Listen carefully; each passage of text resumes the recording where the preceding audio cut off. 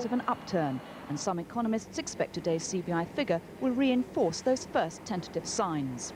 The pattern through the quarter, I think, suggests to me that probably January may have been the low point, and that in February and March things may have got slightly better.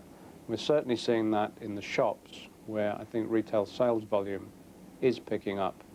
Today's figures are the last economic indicators before the election, and in these tense political times, they're likely to be seized on by all political parties.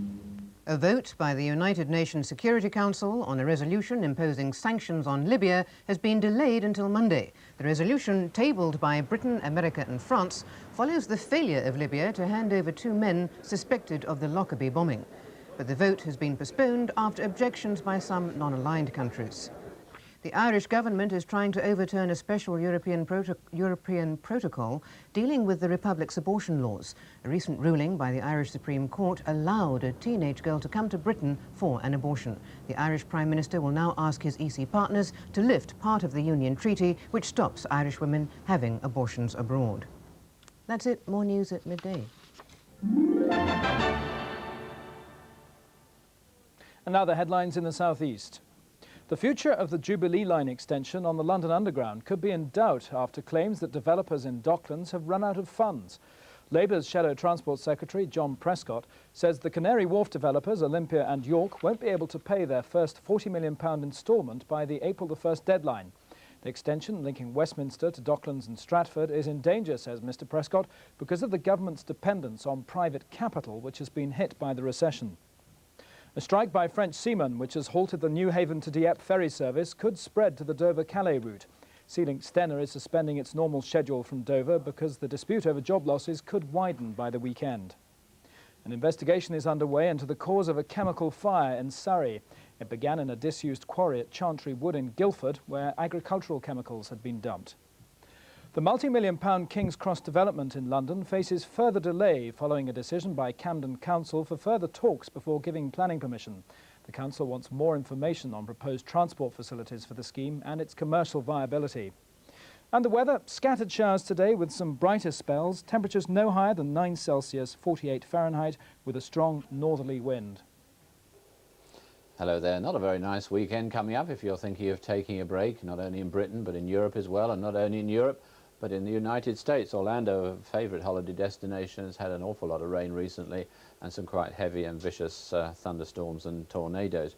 Now closer to home, a lot of cloud, as you see, swirling across Europe, producing some outbreaks of quite heavy rain. And it isn't only rain, as a matter of fact. There is some sleet and snow mixed in that around this area of low pressure, and that whole thing, or both of them, dumbbelling around and keeping the weather pretty unsettled and mixed, and in places fairly windy with it. So, as you see here, for much of Europe, really, it's going to be a rather, well, mixed, I suppose, is the best word to use for it. A lot of cloud, a lot of these outbreaks of rain, some of them quite heavy, some hail and thunder as well, especially in the Mediterranean there. And the further north we go, so that weather turns more wintry, some sleet and snow.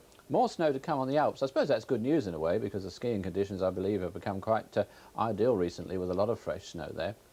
If you're looking for sunshine, head for southern Spain or the Algarve, maybe some of these North African coastal areas, as well as the more eastern parts of the Mediterranean, parts of Greece and Turkey. Some sunshine there, but as you can see, virtually everywhere on the cool side, and pretty windy with it.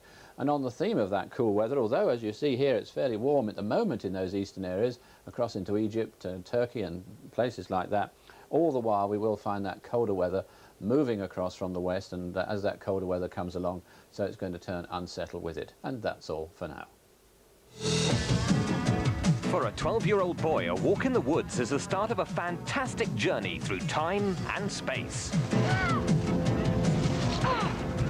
David, where have you been for the last 8 years? I've already told you, I don't know. Sit down. I think there's been some sort of mistake. You are the Navigator. I swear to God, if I was flying this thing, we'd be home by now. Soaring high with the Flight of the Navigator, tomorrow at 7:05 on BBC1. Adrian Mills and Russell Grant will be hosting People Today in 25 minutes, and their guests include Kate Cray and Robert Sangster, and of course it's Trading Places Day. Before all that, Jane Asher and Linda Mitchell present a look at women's well-being in Health UK.